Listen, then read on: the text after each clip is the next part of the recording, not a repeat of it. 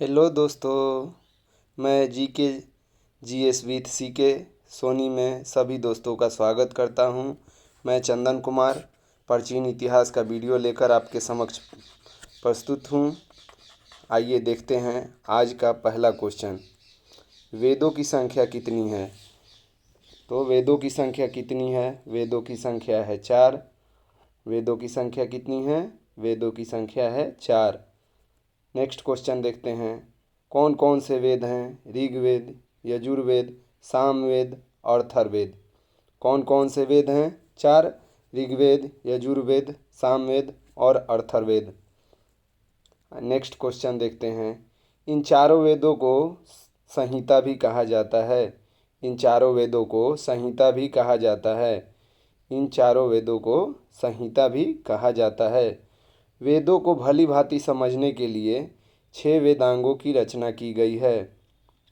वेदों को भली भांति समझने के लिए 6 वेदांगों की रचना की गई है। आइए नेक्स्ट देखते हैं। ऋचाओं के क्रमबद्ध ज्ञान के संग्रह को ऋग्वेद कहा जाता है। ऋचाओं के क्रमबद्ध ज्ञान के संग्रह को ऋग्वेद कहा जाता है।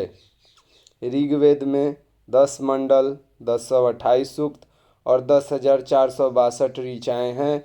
वाल्मीकि पाठ के 11 सूक्त सहित। वाल्मीकि पाठ के 11 सूक्त सहित।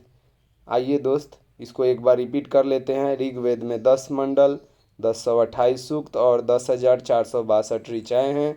वाल्मीकि पाठ के 11 सूक्त सहित। नेक्स्ट क्वेश्चन देखते हैं।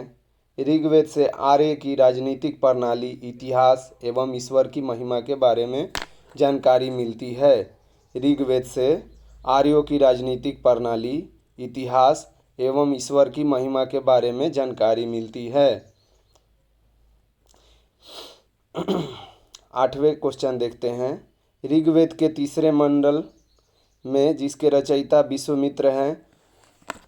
ऋग्वेद के तीसरे मंडल में सोम देवता का उल्लेख है। दोस्तों यहाँ मिस्टेक हो गया है। ऋग्वेद के तीसरे मंडल में सोम देवता का उल्लेख है जिसके रचयिता विश्वामित्र हैं, जिसमें गायत्री मंत्र का उल्लेख है। आइए दोस्तों 9वां क्वेश्चन देखते हैं। ऋग्वेद के 8वें मंडल को खील कहा जाता है। ऋग्वेद के 8वें मंडल को खील कहा जाता है। ऋग्वेद के 9वें मंडल सोम देवता का उल्लेख है। आइए नेक्स्ट क्वेश्चन देखते हैं। ऋग्वेद के 9वें मंडल में सोम देवता का उल्लेख है।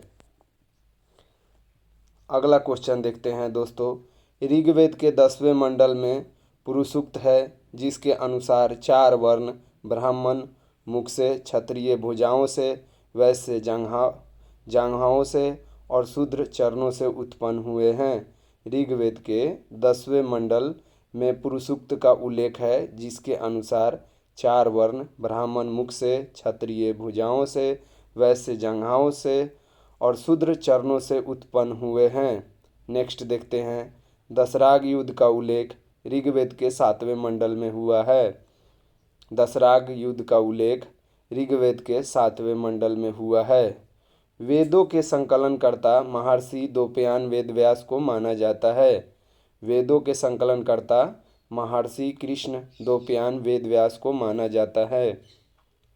नेक्स्ट क्वेश्चन देखते हैं। ऋग्वेद में प्रयुक्त अधन्य शब्द का संबंध गाय से है।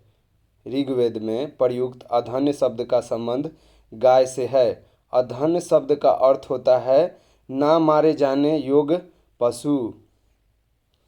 नेक्स्ट देखते हैं। प्राचीन इतिहास के साधन के रूप में वैदिक साहित्य में ऋग्वेद के बाद शतपथ ब्राह्मण का स्थान है। प्राचीन इतिहास के साधन के रूप में वैदिक साहित्य में ऋग्वेद के बाद शतपथ ब्राह्मण का स्थान है। नेक्स्ट देखते हैं। वामन अवतार के तीनों पगों का आख्यान का प्राचीनतम की जानकारी ऋग्वेद से ही मिलता है। वामन अवतार के तीनों पगों के आख्यान का प्राचीनतम की जानकारी ऋग्वेद से ही मिलता है। दोस्तों एक ऐसा ये वीडियो है जो पूरे आपको यूट्यूब पे इतनी विस्तार से कहीं भी नहीं मिलेगा। अगर आपको वीडियो अच्छा लगे तो वीडियो को लाइक करें, सब्सक्राइब करें और अपने दोस्तों के पास शेयर ज़रूर करें। नेक्स्ट देखते हैं। ऋग्वेद में इंद्र के लिए 250 तथा अग्नि के लिए 200 ऋचाओं की रचना की गई है। ऋग्वेद में इंद्र के लिए 250 तथा अग्नि के लिए 200 ऋचाओं की रचना की गई है। ऋग्वेद के ऋचाओं को पढ़ने वाले ऋषि को होत्रु कहते हैं। ऋग्वेद के ऋचाओं के पढ़ने वाले ऋषि को होत्रु कहते हैं। नेक्स्ट क्वेश्चन देखते हैं। किसने कहा था आर्य आर्कटिक या उत्तरी ध्रुव से आए हैं? बाल गंगाधर तिलक ने कहा था। किसने कहा था आर्य आर्कटिक या उत्तरी ध्रुव से आए हैं? बाल गंगाधर तिलक ने कहा था। नेक्स्ट क्वेश्चन देखते हैं। ऋग्वेद के दूसरे से 7वें मंडल को प्राचीन या वंश मंडल भी कहा जाता है। ऋग्वेद के दूसरे से 7वें मंडल को प्राचीन या वंश मंडल भी कहा जाता है। नेक्स्ट देखते हैं। ऋग्वेद का 10वां मंडल सबसे नया मंडल है। ऋग्वेद का 10वां मंडल सबसे नया मंडल है। नेक्स्ट देखते हैं। ऐतराय एवं कौशिकी ऋग्वेद के ब्राह्मण ग्रंथ हैं। ऐतराय एवं कौशिकी ऋग्वेद के ब्राह्मण ग्रंथ हैं। नेक्स्ट क्वेश्चन देखते हैं। ऐतराय ब्राह्मण में जनपद एवं राजसूय यज्ञ का उल्लेख मिलता है। ऐतरेय ब्राह्मण में जनपद एवं राजसूय यज्ञ का उल्लेख मिलता है। नेक्स्ट क्वेश्चन देखते हैं। ऋग्वेद में यमुना का उल्लेख 3 बार एवं गंगा नदी का उल्लेख 1 बार हुआ है। ऋग्वेद में यमुना का उल्लेख 3 बार एवं गंगा का उल्लेख 1 बार हुआ है, जबकि सिंधु नदी का उल्लेख सर्वाधिक बार हुआ है। जबकि सिंधु नदी का उल्लेख सर्वाधिक बार हुआ है। नेक्स्ट क्वेश्चन देखते हैं। ऋग्वेद में सोमरस का वर्णन सर्वाधिक बार हुआ है तथा इंद्र को पुरंदर किला तोड़ने वाला कहा गया है। ऋग्वेद में सोमरस का वर्णन सर्वाधिक बार हुआ है तथा इंद्र को पुरंदर किला तोड़ने वाला कहा गया है। ऊपर वाले क्वेश्चन से आप ये मत समझिएगा नदियों में सर्वाधिक बार उल्लेख सिंधु नदी का है, लेकिन पेय रस में सबसे अधिक वर्णन सोमरस को दिया गया है। नेक्स्ट क्वेश्चन देखते हैं। आयुर्वेद ऋग्वेद का उपवेद है। आयुर्वेद ऋग्वेद का उपवेद है। आयुर्वेद ऋग्वेद का उपवेद है। आयुर्वेद ऋग्वेद का उपवेद है। आयुर्वेद ऋग्वेद का उपवेद है। आयुर्वेद ऋग्वेद का उपवेद है। आयुर्वेद ऋग्वेद का उपवेद है। ऋग्वेद से जुड़ी एकमात्र जीवित शाखा शाकल शाखा है। ऋग्वेद से जुड़ी एकमात्र जीवित शाखा शाकल शाखा है। ये ऐसे क्वेश्चन है दोस्तों कि आपको पूरे YouTube के कहीं भी वीडियो में नहीं मिलेगा। ऋग्वेद में सबसे पवित्र नदी सरस्वती नदी को माना गया है। ऋग्वेद में सबसे पवित्र नदी सरस्वती नदी को माना गया है। आइए नेक्स्ट देखते हैं। ऋग्वेद के समय काबुल कुंभा को कहा जाता था। ऋग्वेद के समय काबुल कुंभा का प्राचीन नाम कुंभा था। ऋग्वेद के समय में काबुल को कुंभा कहा जाता था। कुंभा जिसका वर्तमान नाम काबुल है, यह अभी अफगानिस्तान में स्थित है। नेक्स्ट देखते हैं। वितस्ता नदी का आधुनिक नाम झेलम है। वितस्ता नदी का आधुनिक नाम झेलम है। नेक्स्ट देखते हैं। प्राचीन काल वैदिक काल में परिवार के सबसे बड़े सदस्य को गृहपति कहा जाता था। प्राचीन काल वैदिक काल में परिवार के सबसे बड़े सदस्य को गृहपति कहा जाता था। नेक्स्ट देखते हैं। प्राचीन भारत में ग्राम भोजक एवं गांव के मुखिया को कहा जाता था। प्राचीन भारत में ग्राम भोजक गांव के मुखिया को कहा जाता था। प्राचीन भारत में ग्राम भोजक गांव के मुखिया को कहा जाता था। प्राचीन भारत में ग्राम भोजक गांव के मुखिया को कहा जाता था।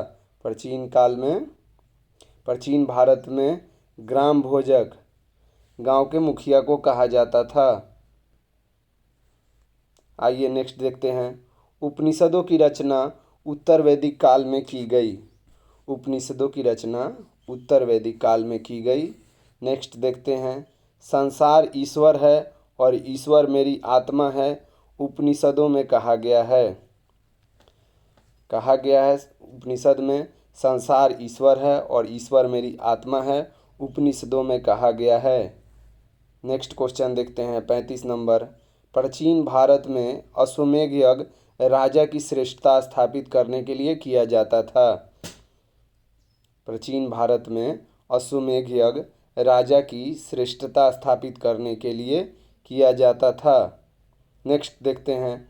आश्रम व्यवस्था में ब्रह्मचार्य को प्रथम चरण माना जाता था। आश्रम व्यवस्था में ब्रह्मचार्य को प्रथम चरण माना जाता था। नेक्स्ट क्वेश्चन देखते हैं। प्राचीन भारत में वर्ण व्यवस्था के अंतर्गत वैश्य की भूमिका व्यापार और कृषि कार्य संपन्न कराना था।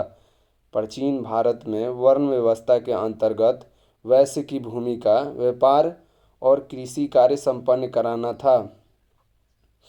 वर्ण व्यवस्था के बारे में आपको दोस्तों पहले भी बता चुका हूँ। वर्ण व्यवस्था ऋग्वेद के 10वें मंडल में है। भारतीय दर्शन मीमांसा के संस्थापक जैमिनी को माना जाता है। भारतीय दर्शन मीमांसा के संस्थापक जैमिनी को माना जाता है। नेक्स्ट देखते हैं। महाभारत का मूल नाम जय संहिता है। 40 प्रमाणिक हिंदू ग्रंथ में भारत की पत्नी का नाम मांडवी था। महाभारत का मूल नाम जय संहिता है। पौराणिक हिंदू ग्रंथ में भारत की पत्नी का नाम मांडवी था। नेक्स्ट देखते हैं। आर्यों की विशद जानकारी ऋग्वेद में मिलती है। हमें पहली बार आर्यों की विशद जानकारी ऋग्वेद में ही मिलती है। नेक्स्ट देखते हैं। आर्यों का मुख्य व्यवसाय पशुपालन था। आर्यों का मुख्य व्यवसाय पशुपालन था। नेक्स्ट क्वेश्चन देखते हैं। उत्तर वैदिक काल में कृषि आर्यों का मुख्य व्यवसाय हो गया। उत्तर वैदिक काल में कृषि आर्यों का मुख्य व्यवसाय था। दोस्तों पूर्व वैदिक काल में आर्यों का मुख्य व्यवसाय पशुपालन था, लेकिन उत्तर वैदिक काल आते आते आर्यों का मुख्य व्यवसाय कृषि हो गया। नेक्स्ट क्वेश्चन देखते हैं। ऋग्वेद में कृषि का उल्लेख 24 बार हुआ है। ऋग्वेद में कृषि का उल्लेख 24 बार हुआ है। नेक्स्ट क्वेश्चन देखते हैं। पुराणों की कुल संख्या 18 है। पुराणों की कुल संख्या 18 है। नेक्स्ट क्वेश्चन देखते हैं। ऋग्वेद में पुरंदर शब्द इंद्र भगवान के लिए प्रयोग किया गया है। ऋग्वेद में पुरंदर शब्द इंद्र भगवान के लिए प्रयोग किया गया है। नेक्स्ट देखते हैं। भारत के प्रतीक चिन्ह सतमें जयते मुंडक उपनिषद से लिया गया है। भारत के प्रतीक चिन्ह सतमें जयते मुंडक उपनिषद से लिया गया है। नेक्स्ट क्वेश्चन देखते हैं। मैक्स मूलर के अनुसार आर्य मध्य एशिया के कैस्पियन सागर के आसपास से आए थे। मैक्स मूलर के अनुसार आर्य मध्य एशिया के कैस्पियन सागर के आसपास से भारत आए थे। नेक्स्ट क्वेश्चन देखते हैं। आर्य भारत में आक्रमणकारी के रूप में आए थे। आर्य भारत में आक्रमणकारी के रूप में आए थे। नेक्स्ट क्वेश्चन देखते हैं। भारत में लोहा खोजने का श्रेय आर्यों को ही जाता है। भारत में लोहा खोजने का श्रेय आर्यों को ही जाता है। दोस्तों एक बात यहाँ ध्यान दीजिए। सिंधु सभ्यता लोहों से अनभिगत था। सिंधु सभ्यता लोह से अनभिगत था। नेक्स्ट क्वेश्चन आते हैं। प्राचीन हिंदू विधि के लेखक मनु को कहा जाता है। प्राचीन हिंदू विधि के लेखक मनु को माना जाता है। नेक्स्ट देखते हैं। सुश्रुत आयुर्वेद पर ग्रंथकार थे। सुश्रुत आयुर्वेद पर ग्रंथकार थे। नेक्स्ट क्वेश्चन देखते हैं। विश्व का सबसे बड़ा महाकाव्य महाभारत है। विश्व का सबसे बड़ा महाकाव्य महाभारत है, जिसके रचयिता वेद व्यास हैं। महाभारत नेक्स्ट क्वेश्चन देखते हैं। महाभारत का युद्ध 18 दिन तक चला था। दोस्तों महाभारत का युद्ध 18 दिनों तक चला था। नेक्स्ट क्वेश्चन देखते हैं। आर्य सबसे पहले पंजाब में आए थे। आर्य सबसे पहले पंजाब में आए थे और भारत में आर्य पंजाब से लेके अफगानिस्तान तक बसे हुए हैं। 56 नंबर क्वेश्चन देखते हैं। वैदिक काल में राजाओं द्वारा जनता से वसूले गए कर को बाली या बलि कहा जाता था। वैदिक काल में राजाओं द्वारा जनता से वसूले गए कर को बाली या बलि कहा जाता था।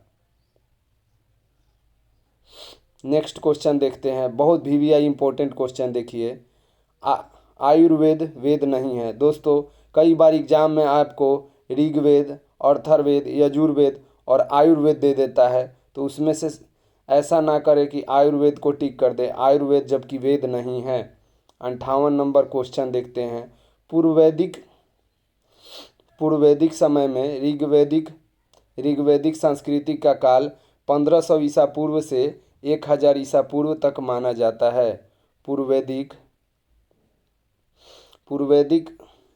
ऋग्वैदिक संस्कृति का काल 1500 ईसा पूर्व से 1000 ईसा पूर्व माना जाता है। नेक्स्ट क्वेश्चन देखते हैं, 59 नंबर, उत्तर वैदिक संस्कृति का काल 1000 ईसा पूर्व से 600 ईसा पूर्व माना जाता है।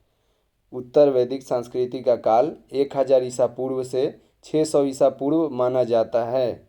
नेक्स्ट देखते हैं, आर्य शब्द का शाब्दिक अर्थ है श्रेष्ठ या कुलीन। आर्य शब्द का शाब्दिक अर्थ है श्रेष्ठ या कुलीन। नेक्स्ट क्वेश्चन देखते हैं, आर्यों की सभ्यता ग्रामीण सभ्यता थी। आर्यों की सभ्यता ग्रामीण सभ्यता थी। दोस्तों आपको जानकारी होगी कि भारत की पहली सभ्यता जो अभी खोजी जा चुकी है, सिंधु सभ्यता, उसकी आर्यों से पहले की सभ्यता थी, वो शहरी थी, लेकिन आर्य की सभ्यता ग्रामीण सभ्यता थी।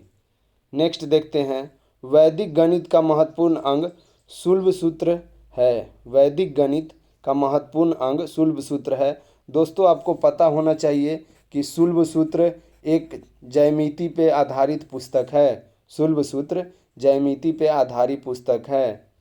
नेक्स्ट देखते हैं, उत्तर वैदिक काल में लिखे गए ग्रंथों का सही क्रम है वेद, ब्राह्मण, आरण्यक और उपनिषद। उत्तर वैदिक काल में लिखे गए ग्रंथ का सही क्रम है वेद, ब्राह्मण, आरण्यक, उपनिषद।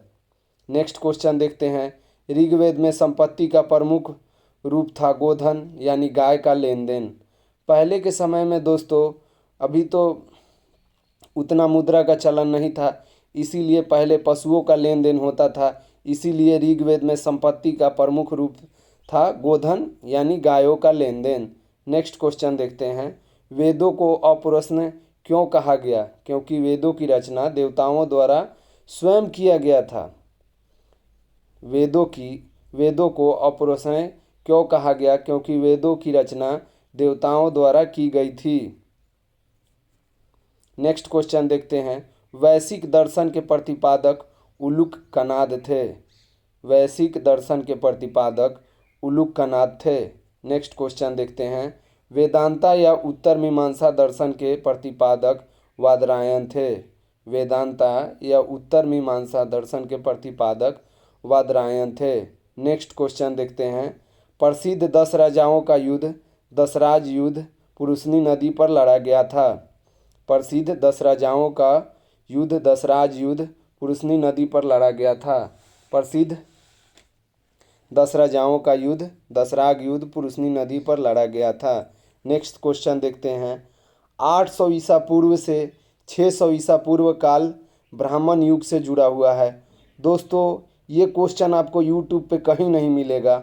800 ईसा पूर्व से 600 ईसा पूर्व का काल ब्राह्मण युग से जुड़ा हुआ है। आजकल एग्ज़ाम का डिफिकल्टी लेवल बहुत बढ़ गया है, इसीलिए हम आपको बहुत ही चुनिंदा क्वेश्चन लाए हैं ढूंढ के। दोस्तों 800 ईसा पूर्व से 600 ईसा पूर्व का काल ब्राह्मण युग से जुड़ा हुआ है। नेक्स्ट क्वेश्चन देखते हैं, योग दर्शन के प्रतिपादक पतंजलि थे। योग दर्शन के प्रतिपादक पतंजलि थे। नेक्स्ट क्वेश्चन देखते हैं, उपनिषद काल में राजा अश्वपति शासक थे केकैया। उपनिषद काल में राजा अश्वपति शासक थे केकैया के। दोस्तों उपनिषद काल में राजा अश्वपति शासक थे केकैया के। नेक्स्ट क्वेश्चन देखते हैं, भारत के किस स्थल की खुदाई से लोहा धातु के प्रचलन के प्राचीनतम प्रमाण मिले थे? अंतरजीखेरा से। दोस्तों भारत के किस स्थल की खुदाई से लोहा धातु के प्रचलन के प्राचीनतम प्रमाण मिले थे? अंतरजीखेरा से। दोस्तों नेक्स्ट क्वेश्चन देखते हैं, किसका संकलन ऋग्वेद पर आधारित है? सामवेद का। दोस्तों किसका संकलन ऋग्वेद पर आधारित है? सामवेद का। नेक्स्ट क्वेश्चन देखते हैं दोस्तों। आरंभिक वैदिक साहित्य में सर्वाधिक वर्णित नदी सिंधु नदी ही है, जो सर्वाधिक बार ऋग्वेद में इसका उल्लेख है। आरंभिक वैदिक साहित्य में सर्वाधिक वर्णित नदी सिंधु नदी है। नेक्स्ट क्वेश्चन देखते हैं दोस्तों। सबसे प्राचीन पुराण मत्स्य पुराण है। सबसे प्राचीन पुराण मत्स्य पुराण है। दोस्तों सबसे प्राचीन पुराण मत्स्य पुराण है। पुराणों के रचयिता लोहमर्ष एवं उनका पुत्र उगश्रव है। पुराणों के रचयिता लोहमर्ष और उनका पुत्र उगश्रव है। नेक्स्ट क्वेश्चन देखते हैं दोस्तों। बलिदान विधि का वर्णन यजुर्वेद में मिलता है। बलिदान विधि का वर्णन यजुर्वेद में मिलता है। नेक्स्ट क्वेश्चन देखते हैं। गद एवं पद वाला वेद यजुर्वेद है। यजुर्वेद ही एक ऐसा वेद है जिसमें गद एवं पद दोनों हैं। नेक्स्ट क्वेश्चन देखते हैं दोस्तों। यजुर्वेद के पठकर्ता को अथर्वयु कहते हैं। यजुर्वेद के पठकर्ता को अथर्वयु कहते हैं। नेक्स्ट क्वेश्चन देखते हैं दोस्तों। यजुर्वेद का उपवेद धनुर्वेद है। यजुर्वेद का उपवेद धनुर्वेद है। नेक्स्ट क्वेश्चन देखते हैं दोस्तों। शतपथ ब्राह्मण में कृषि एवं सिंचाई का उल्लेख मिलता है। शतपथ ब्राह्मण में कृषि एवं सिंचाई का उल्लेख मिलता है। नेक्स्ट क्वेश्चन देखते हैं दोस्तों। भारतीय संगीत का जनक सामवेद को कहा जाता है। भारतीय संगीत का जनक सामवेद को कहा जाता है। नेक्स्ट क्वेश्चन देखते हैं दोस्तों। सर्वप्रथम 7 स्वरों की जानकारी हमें सामवेद से ही प्राप्त होता है। दोस्तों कभी भी भूलिएगा नहीं इस क्वेश्चन को, क्योंकि भारतीय संगीत का जनक सामवेद को कहा जाता है, तो 7 स्वरों की जानकारी भी हमें सामवेद से ही प्राप्त होगी। दोस्तों अगला क्वेश्चन देखते हैं। गंधर्ववेद सामवेद का उपवेद है। गंधर्ववेद सामवेद का उपवेद है। नेक्स्ट देखते हैं। सामवेद में कुल मंत्रों की संख्या 1549 है। सामवेद में कुल मंत्रों की संख्या 1549 है। नेक्स्ट देखते हैं। सामवेद के पठकर्ता को उद्धृतु कहते हैं। सामवेद के पठकर्ता को उद्धृतु कहते हैं। नेक्स्ट देखते हैं। यजुर्वेद तथा सामवेद में किसी भी विशिष्ट ऐतिहासिक घटना का वर्णन नहीं मिलता है। VVI क्वेश्चन है। यजुर्वेद तथा सामवेद में किसी भी विशिष्ट ऐतिहासिक घटना का वर्णन नहीं मिलता है। दोस्तों नेक्स्ट देखते हैं। सबसे बाद का वेद अथर्ववेद है, जिसकी रचना अथर्व ऋषि ने किया था। और दोस्तों आपको पता है कि सबसे पहला वेद ऋग्वेद है। सबसे पहला वेद ऋग्वेद है और सबसे बाद का वेद अथर्ववेद है, जिसकी रचना अथर्वा ऋषि ने किया था। 100 नंबर क्वेश्चन देखते हैं। अथर्ववेद का कोई अर्नैक नहीं है। अर्नैक ग्रंथ नहीं है। दोस्तों अथर्ववेद का कोई अर्नैक ग्रंथ नहीं है। दोस्तों नेक्स्ट देखते हैं। गोत्र शब्द का प्रथम बार उल्लेख अथर्ववेद में ही मिलता है। गोत्र शब्द का प्रथम बार उल्लेख अथर्ववेद में ही मिलता है। नेक्स्ट देखते हैं। अथर्ववेद के पुरोहित को ब्रह्मा कहा जाता है। अथर्ववेद के पुरोहित को ब्रह्मा कहा जाता है। नेक्स्ट देखते हैं। अथर्ववेद में ही प्रजापति की 2 पुत्रियां सभा और समिति कहा गया है। अथर्ववेद में ही प्रजापति की 2 पुत्रियां सभा और समिति कहा गया है। नेक्स्ट क्वेश्चन देखते हैं दोस्तों। चांदी एवं गन्ने का सर्वप्रथम उल्लेख अथर्ववेद में ही मिलता है। चांदी एवं गन्ने का सर्वप्रथम उल्लेख अथर्ववेद में ही मिलता है। नेक्स्ट क्वेश्चन देखते हैं। ऋग्वेद में अनुलोम विवाह का अर्थ था उच्च वर्ग के पुरुष का निम्न वर्ग के नारी के साथ विवाह करना। दोस्तों ऋग्वेद में अनुलोम विवाह का अर्थ था उच्च वर्ग के पुरुष का निम्न वर्ग नारी के साथ विवाह करना। अगला क्वेश्चन दोस्तों देखते हैं। ध्यान से देखिएगा। जबकि ऋग्वेद में प्रतिलोम विवाह का अर्थ था उच्च वर्ग। नेक्स्ट क्वेश्चन ध्यान से देखते हैं दोस्तों। ऋग्वेद में प्रतिलोम विवाह का अर्थ था उच्च वर्ग की नारी का निम्न वर्ग के पुरुष के साथ विवाह करना।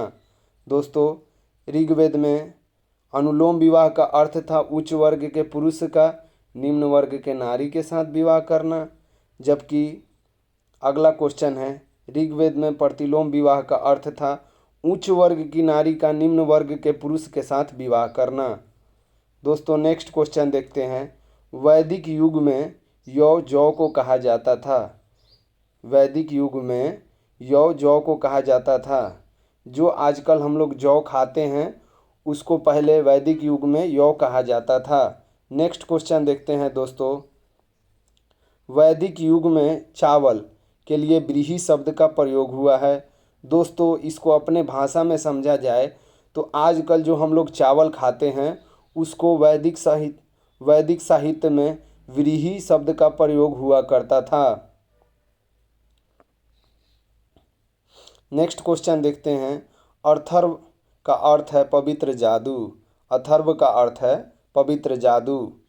नेक्स्ट क्वेश्चन देखते हैं, प्राचीन व्याकरण अष्टधाई के लेखक पाणिनि हैं।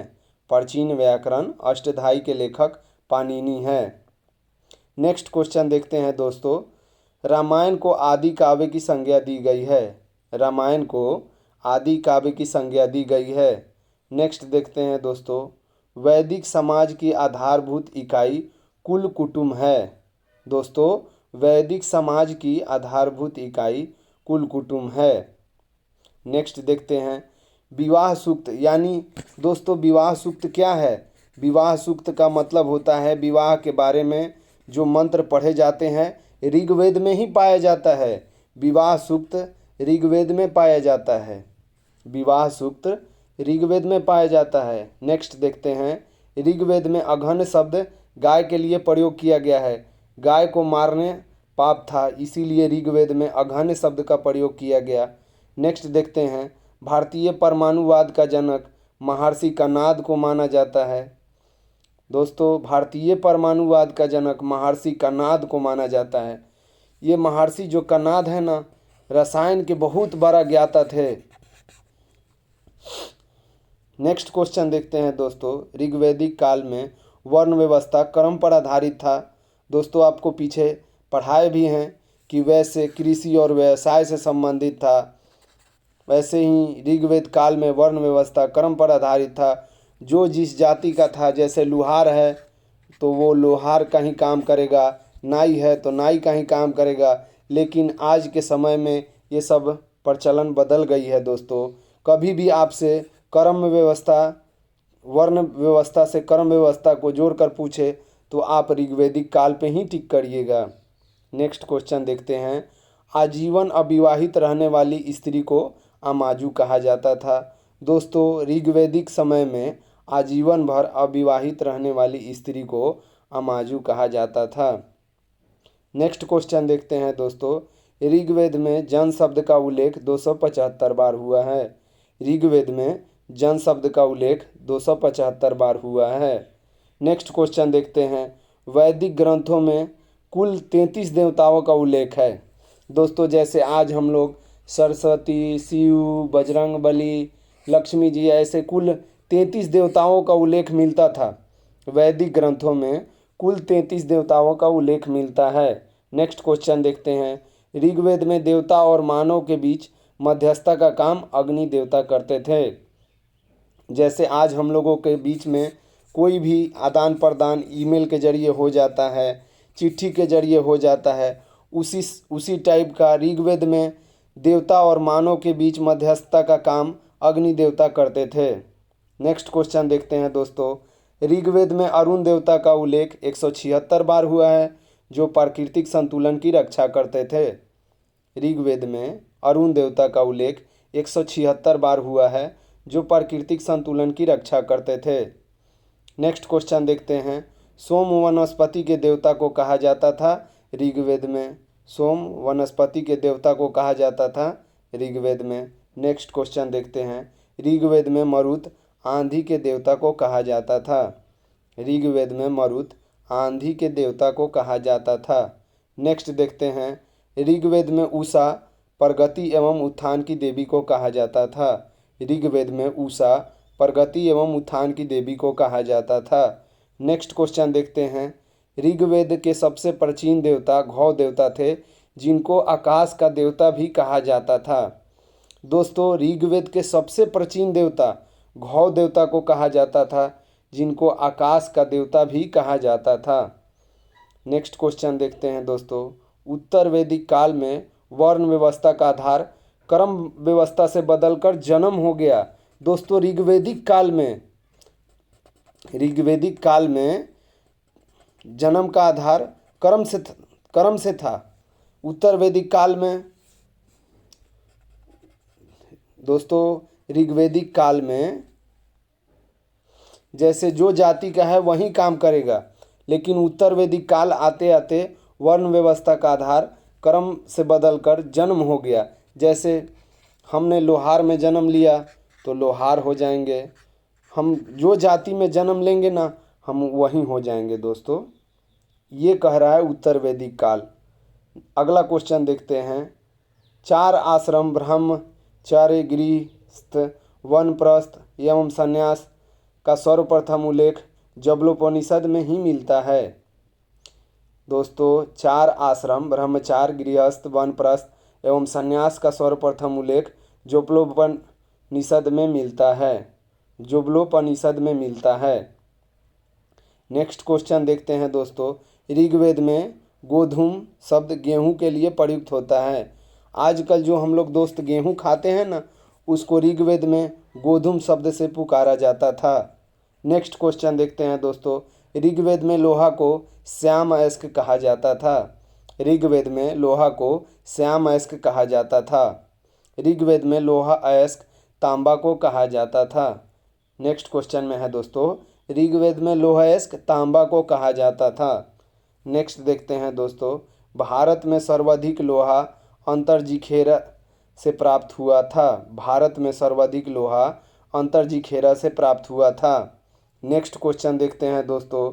ऋग्वेद के समय में राजसूय यज्ञ, राज अभिषेक के समय अश्वमेध यज्ञ साम्राज्य विस्तार के लिए और वाजपेय यज्ञ रथ दौड़ की आकांक्षा से शक्ति प्रदर्शन के लिए करते थे। दोस्तों, बहुत ध्यान दीजिएगा। ऋग्वेदिक समय में राजसूय यज्ञ, राज अभिषेक के समय अश्वमेध यज्ञ साम्राज्य विस्तार के लिए और वाजपेय यज्ञ रथ दौड़ की आकांक्षा से शक्ति प्रदर्शन के लिए करते थे। नेक्स्ट क्वेश्चन देखते हैं दोस्तों। ऋग्वेद में पिता का उल्लेख 335 बार हुआ है। ऋग्वेद में पिता का उल्लेख 335 बार हुआ है। नेक्स्ट क्वेश्चन देखते हैं दोस्तों। विष्णु पुराण मौर्य वंश से संबंधित है। विष्णु पुराण मौर्य वंश से संबंधित है। नेक्स्ट क्वेश्चन देखते हैं दोस्तों। मत्स्य पुराण आंध्र सातवाहन वंश से संबंधित है। मत्स्य पुराण आंध्र सातवाहन वंश से संबंधित है। नेक्स्ट क्वेश्चन देखते हैं दोस्तों। वायु पुराण गुप्त वंश से संबंधित है। वायु पुराण गुप्त वंश से संबंधित है। अगला देखते हैं दोस्तों क्वेश्चन। अथर्ववेद में कन्याओं के जन्म की निंदा की गई है। वहीं दोस्तों देखिए, ऋग्वेद में कन्या को बहुत ही उच्च माना गया है, लेकिन अथर्ववेद आते आते, क्योंकि ये बाद का वेद है, अथर्ववेद में कन्याओं की जन्म की निंदा किया गया है। अगला क्वेश्चन देखते हैं दोस्तों। अथर्ववेद ऋषियों द्वारा रचित इस वेद में 731 मंत्र तथा लगभग 6000 पद हैं।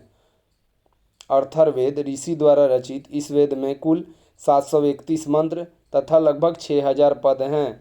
नेक्स्ट क्वेश्चन देखते हैं दोस्तों। सामान्य मनुष्य के विचारों तथा अंधविश्वासों का विवरण अथर्ववेद से ही मिलता है। दोस्तों, सामान्य मनुष्य के विचार तथा अंधविश्वास का विवरण अथर्ववेद में मिलता है। जैसे जादू टोना, ये सब अथर्ववेद में ही मिलता है। नेक्स्ट क्वेश्चन देखते हैं। अथर्ववेद में मानव जीवन के सभी पक्ष, गृह निर्माण, कृषि की उन्नति, व्यापारिक मार्ग का गहन खोज, रोग निवारण तथा जादू टोना, राजा का चुनाव, बहुत से वनस्पति, सांप वशीकरण, प्रायश्चित, मातृभूमि आदि का विवरण दिया गया है। कुछ मंत्रों में जादू टोना का भी वर्णन है। अथर्ववेद में मानव जीवन के सभी पक्ष, गृह निर्माण, कृषि की उन्नति, व्यापारिक मार्गों का गहन खोज, रोग निवारण तथा जादू टोना का जादू टोना, चुनाव, बहुत से वनस्पति, सांप वशीकरण, प्रायश्चित, मातृभूमि आदि का विवरण दिया गया है। कुछ मंत्रों में जादू टोना का भी वर्णन है। नेक्स्ट क्वेश्चन देखते हैं दोस्तों। सबसे प्राचीन वेद ऋग्वेद है एवं सबसे बाद का वेद अथर्ववेद है। दोस्तों सबसे प्राचीन वेद ऋग्वेद है एवं सबसे बाद का वेद अथर्ववेद है। नेक्स्ट क्वेश्चन देखते हैं दोस्तों। आर्यों की भाषा संस्कृत थी। आर्यों की भाषा संस्कृत थी। अगला क्वेश्चन देखते हैं दोस्तों। अधिकतर पुराण सरल संस्कृत श्लोक में लिखे गए हैं। अधिकतर पुराण सरल संस्कृत श्लोक में लिखे गए हैं। नेक्स्ट देखते हैं दोस्तों। स्त्री की सर्वाधिक गिरी हुई स्थिति मैत्रेयी संहिता से प्राप्त होती है, जिसमें जुआ शराब की भांति स्त्री को पुरुष का तीसरा मुख्य दोषी बताया गया है। दोस्तों स्त्री की सर्वाधिक गिरी हुई स्थिति मैत्रेयी संहिता से प्राप्त होती है, जिसमें जुआ और शराब की भांति स्त्री को पुरुष का तीसरा मुख्य दोषी बताया गया है। नेक्स्ट क्वेश्चन देखते हैं दोस्तों। शतपथ ब्राह्मण में स्त्री को पुरुष की अर्धांगिनी कहा गया है। दोस्तों शतपथ ब्राह्मण में स्त्री को पुरुष की अर्धांगिनी कहा गया है। नेक्स्ट क्वेश्चन देखते हैं दोस्तों। नारद स्मृति गुप्त युग के विषय में जानकारी प्रदान करता है। नारद स्मृति दोस्तों नारद स्मृति गुप्त युग में नारद स्मृति गुप्त युग के विषय में जानकारी प्रदान करता है। नारद स्मृति गुप्त युग के विषय में जानकारी प्रदान करता है। नारद स्मृति गुप्त युग के विषय में जानकारी प्राप्त करता है। और दोस्तों नेक्स्ट क्वेश्चन देखते हैं। मनु स्मृति शुंग काल का मानक ग्रंथ है। मनु स्मृति शुंग काल का मानक ग्रंथ है। नेक्स्ट क्वेश्चन देखते हैं दोस्तों। 148 नंबर। जातक में बौद्धों की पुनर्जन्म की कहानी वर्णित है। जातक में बौद्धों की पुनर्जन्म की कहानी वर्णित है। नेक्स्ट क्वेश्चन देखते हैं दोस्तों। हीनयान का प्रमुख ग्रंथ कथा वस्तु है, जिसमें महात्मा बुद्ध का जीवन चरित्र अनेक कथनांकों के साथ वर्णित है। हीनयान का प्रमुख ग्रंथ कथा वस्तु है। हीनयान दोस्तों हीनयान और महायान बौद्ध धर्म से ही संबंधित दो शाखाएं हैं। हीनयान का प्रमुख ग्रंथ कथा वस्तु हैं, जिसमें महात्मा बुद्ध का जीवन चरित्र अनेक कथनांकों के साथ वर्णित है। नेक्स्ट क्वेश्चन देखते हैं दोस्तों। जैन साहित्य को आगम कहा जाता था। जैन धर्म का प्रारंभिक इतिहास कल्पसूत्र से ज्ञात होता है। दोस्तों कल्पसूत्र के लेखक भद्रबाहु हैं। कल्पसूत्र के लेखक भद्रबाहु हैं। जैन साहित्य को आगम कहा जाता है। जैन धर्म का प्रारंभिक इतिहास कल्पसूत्र से ज्ञात होता है और कल्पसूत्र के लेखक भद्रबाहु हैं। नेक्स्ट क्वेश्चन देखते हैं दोस्तों। 151 नंबर। भगवती सूत्र जैन ग्रंथ में महावीर के जीवन परिचय तथा अन्य समकालीन शासकों के संबंध का विवरण है। भगवती सूत्र जैन ग्रंथ में महावीर के जीवन परिचय तथा अन्य समकालीन शासकों के संबंध का विवरण है। नेक्स्ट क्वेश्चन देखते हैं दोस्तों। अर्थशास्त्र के लेखक चाणक्य कौटिल्य या विष्णुगुप्त चंद्रगुप्त मौर्य के प्रधानमंत्री थे। अर्थशास्त्र के लेखक चाणक्य कौटिल्य या विष्णुगुप्त चंद्रगुप्त मौर्य के प्रधानमंत्री थे। अर्थशास्त्र 15 अधिकरणों एवं 180 प्रकरणों में विभाजित है। इसमें मौर्यकालीन इतिहास की जानकारी प्राप्त होती है। अर्थशास्त्र 15 अधिकरणों एवं 180 प्रकरणों में विभाजित है। इसमें मौर्यकालीन इतिहास की जानकारी प्राप्त होती है। नेक्स्ट क्वेश्चन देखते हैं दोस्तों। राजतरंगिणी के लेखक कल्हण है, जिसमें 8 तरंग है। कश्मीर के इतिहास की जानकारी मिलती है। नेक्स्ट राजतरंगिणी के लेखक कल्हण है, जिसमें 8 तरंग है। कश्मीर के इतिहास की जानकारी मिलती है। नेक्स्ट क्वेश्चन देखते हैं। कात्यायन की गार्गी संहिता एक ज्योतिष ग्रंथ है। कात्यायन की गार्गी संहिता दोस्तों कात्यायन की गार्गी संहिता एक ज्योतिष ग्रंथ है। नेक्स्ट क्वेश्चन देखते हैं दोस्तों। गौतम बुद्ध के शरीर को 8 भागों में विभाजित किया गया था। दोस्तों गौतम बुद्ध की जब मृत्यु हुई थी तो उनके शरीर को 8 भागों में विभाजित किया गया था। आज के लिए बस दोस्तों इतना ही। अगर आपको वीडियो अच्छी लगे तो इसको सब्सक्राइब करें चैनल को मेरे और बेल आइकन बटन को दबाएं, क्योंकि आगे आने वाले सारी वीडियो आपको जल्दी से जल्दी प्राप्त हो। और अच्छी वीडियो लगे मेरी तो अपने दोस्तों के साथ शेयर ज़रूर करें। जय हिंद।